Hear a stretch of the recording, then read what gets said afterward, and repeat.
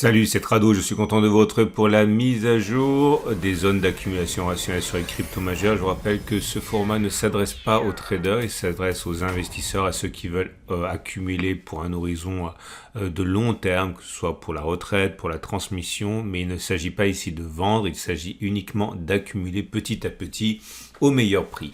On commence par Bitcoin, Bitcoin qui est toujours dans une tendance de long terme qui est baissière, avec une tendance de fond qui est neutre, puisque nous sommes en dessous de la M200 qui descend, et au-dessus d'une M50, mais celle-ci est encore plate pour l'instant. Mine de rien, depuis un mois, on a pris quasiment 18%, hein, puisque regardez, au mieux on a même fait, oui non c'est ça, 17,6%. Et donc à partir de là, on a pris nos distances par rapport à la zone d'accumulation rationnelle, cette énorme zone rouge. Ici, toujours la même chose, je suis obligé de me répéter, j'en suis désolé pour les nouveaux. L'idée, c'est que vous aviez ici une résistance, elle a été cassée. À partir de là, elle a changé de polarité. C'est le sens de ces 6 bougies trimestrielles ici, hein, de contact. Et pour l'instant, encore une fois, on s'éloigne. Alors ça ne veut pas dire qu'on ne va pas revenir au contact de cette zone, hein. D'ailleurs, il est très fortement plausible que l'on fasse ça à mesure que les liquidités se raréfient, hein, puisque bon, on le sait maintenant, hein, les cryptos sont un marché qui est beaucoup plus mûr, et donc ce qui est vrai pour les actions est vrai également pour les cryptos, hein. Quand il n'y a pas d'argent parce que les banques centrales resserrent la politique monétaire, bah forcément il y a moins de demande, y compris pour les cryptos. En tout cas, en même temps que les actions ont pris de l'altitude cette semaine, Bitcoin également. Si on regarde pour revenir sur une zone d'accumulation rationnelle, vous l'aurez compris, il faudra rentrer dans cette zone ici, hein, qu'on a mentionné.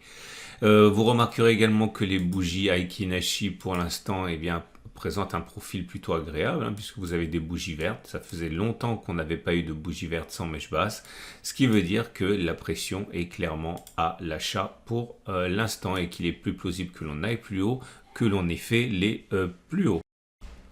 Et il en va de même pour Ethereum au contact de sa M200. Donc la tendance de long terme est in extremis encore baissière. La tendance de fond commence à devenir haussière avec la pente de la M50 qui remonte. C'est monté très très vite, hein. Là aussi, depuis les plus bas qui ont été inscrits le 13 octobre.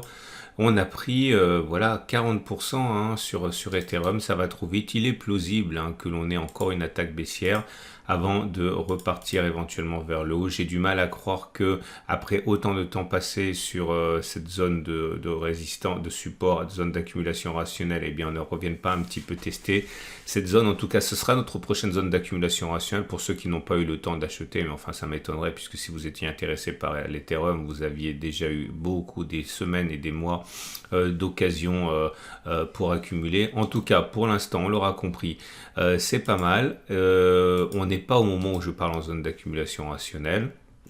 Enfin, du moins, on ne l'est plus. Et les bougies Aiki Nashi montrent que la pression est haussière, avec les premières bougies vertes qui apparaissent sans mèche basse cette semaine, ce qui milite pour que l'on n'ait pas fait encore les plus hauts.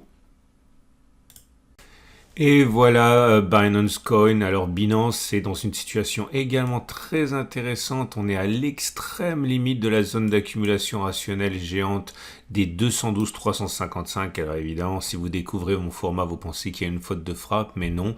C'est bien la zone d'accumulation rationnelle qui résiste depuis un an, depuis mai 2021, et dans laquelle on a végété, et au-dessus de laquelle nous sommes en train de tenter de passer la tête.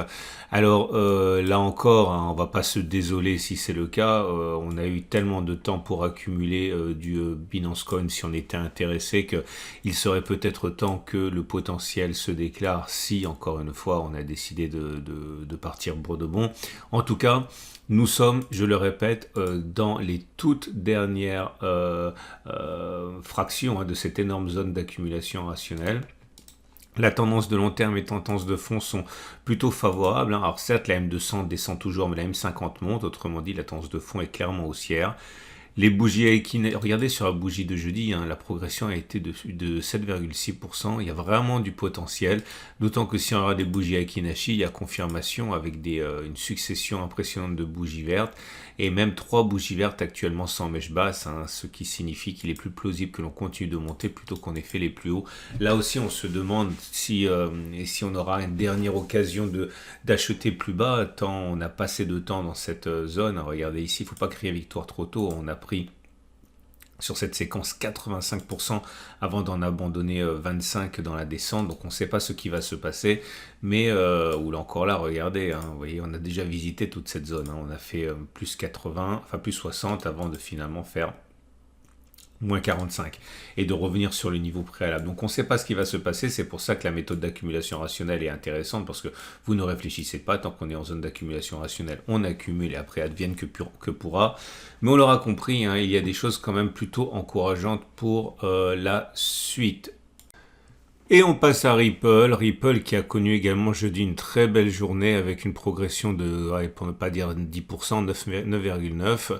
On rebondit bien sur la zone d'accumulation rationnelle des 0,46, 0,43. Cette zone n'est pas inconnue, hein. Cette zone est là depuis maintenant des semaines, des mois. Zone qui a fait obstruction, qui était résistance, qui a cassé, qui est devenu support et sur laquelle on a rebondi et dans laquelle on a végété donc depuis septembre, hein. En tout cas, on n'est plus en zone d'accumulation rationnelle. Je ne manquerai pas de vous en donner une autre si le support des 0,46, 0,43 n'était plus sollicité. La tendance de long terme est favorable. La tendance haussière également pour la tendance de fond. Pour Ripple comme sur BNB, on a assisté à un croisement M50 M200 qui s'appelle poétiquement une croix dorée chez les analystes techniques, et généralement c'est bon signe, hein. Je vous montre ce qui se passe quand la M50 croise la M200, c'est pas toujours vrai, hein. Mais vous voyez, ça donne quand même des impulsions qui sont généralement intéressantes. Ça s'est produit ici, ça s'est produit également là, ok. Donc j'insiste, hein, c'est pas une martingale, je suis pas en train de vous dire que ça va exploser nécessairement, mais voilà, ça fonctionne quand même plus souvent que ça n'échoue. Ici aussi, vous voyez la progression qu'il y a eu, hein, en l'espace de relativement peu de temps, hein. On a pris voilà, jusqu'à 180%. Donc on va dire que c'est encourageant là aussi pour Ripple. Et forcément, avec l'actualité de Twitter et de Elon Musk, Dogecoin a explosé. On a plus de 180% depuis 14 octobre. Hein. Bon, 190, on est redescendu maintenant à plus 120%. Mais bon, il est vrai que l'effervescence autour du dossier Twitter et de Elon Musk et sa personnalité font que Dogecoin a le vent en poupe. Alors, on a casser cette zone très importante de résistance ici des 0,08, 0,09. Et cette zone a donc changé de polarité en devenant support. Va-t-on y retourner ou pas? On n'en sait rien. En tout cas, cela impliquerait une consolidation de 26 à 33% pour arriver sur la zone d'accumulation rationnelle. Bon, si on ne devait pas passer au-dessus, enfin revenir au-dessus, il faudra trouver d'autres zones d'accumulation rationnelle. Il y en a plein. Il y a par exemple celle-ci. Vous voyez, si on casse cette zone et que l'on revient du coup sur la dite zone, ce sera zone d'accumulation rationnelle. Donc, mais pour l'instant, on n'y est pas. Pour l'instant, les adorateurs de Dogecoin doivent attendre un retour sur les 0,08, 0,09. À noter que la tendance de long terme et la tendance de fond sont favorables. Nous sommes au-dessus de la M200, au-dessus de la M50 qui monte. Et les bougies Aiki-Nashi, par contre, montrent bien qu'il y a matière à digérer un petit peu la progression. Vous voyez, c'est plus des bougies vertes, ce sont des bougies qui alternent rouge et vert. Et donc, à partir de là, on est dans une période d'attentisme pour la crypto. Et voilà Cardano qui n'est pas aussi bien orienté, notamment au regard du fait que nous soyons toujours en dessous de la M200 qui descend, donc la tendance de long terme est toujours baissière. La tendance de fond est neutre parce que la M50 descend, mais on est au-dessus. On s'est éloigné de la zone des 0,33, 0,44 qui est notre zone d'accumulation rationnelle la plus proche, hein.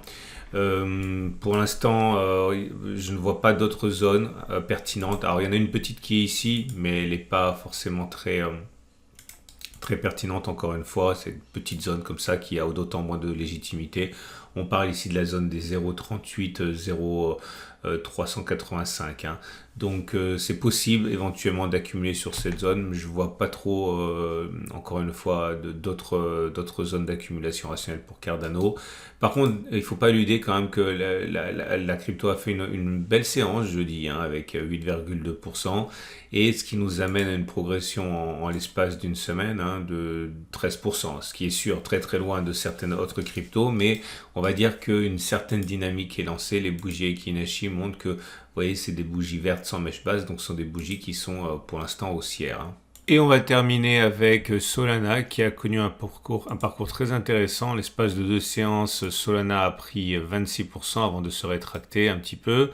Depuis les plus bas du 21 octobre, on en est actuellement à 36%. Malheureusement, on n'est pas sur zone d'accumulation rationnelle. Zone d'accumulation rationnelle, c'est la zone qui a déjà été exploitée ici, hein, c'est les 25-26 ici, et puis la zone de support mensuel des 26-18 qui a été frôlée. Il demeure que pour l'instant, si on veut vraiment rentrer, il y a une petite zone d'accumulation rationnelle ici, cette zone de congestion, c'est la zone qui est comprise entre 34 et 30 dollars. Pour l'instant, peut-être que certains devront s'en contenter s'ils n'ont pas eu l'opportunité d'accumuler plus bas. Il faudra bien rentrer à un moment ou à un autre si on est fan de Solana. En tout cas, on l'aura compris, si on veut être difficile, 25-26. Si on est pressé, eh bien, je l'ai dit, hein, 34-30 dollars, ça peut être intéressant dans une stratégie d'accumulation progressive, encore une fois, parce qu'éventuellement, on peut aller là et puis encore plus bas, donc il faut être capable d'accumuler. Tendance de long terme baissière, tendance de fond haussière, bougie Ekinashi, plutôt encourageante puisque vous avez des bougies qui sont vertes sans mèche basse, donc il est plus plausible que l'on aille plus haut que l'on ait fait les plus hauts. Voilà, on a terminé ce tour d'horizon. Je vous rappelle que le format est mis à jour toutes les semaines. Pensez à vous abonner et à cliquer sur la petite clochette de notification pour ne pas louper les mises à jour tous les week-ends ou le lundi matin. Vous avez également la possibilité d'ouvrir un compte pour avoir gratuit pour avoir les mêmes graphes que moi ici. Hein, donc c'est avec PRT, n'hésitez pas à le faire. Vous avez un lien en dessous de la vidéo. Je vous souhaite une excellente semaine et je vous dis à samedi à dimanche pour la mise à jour.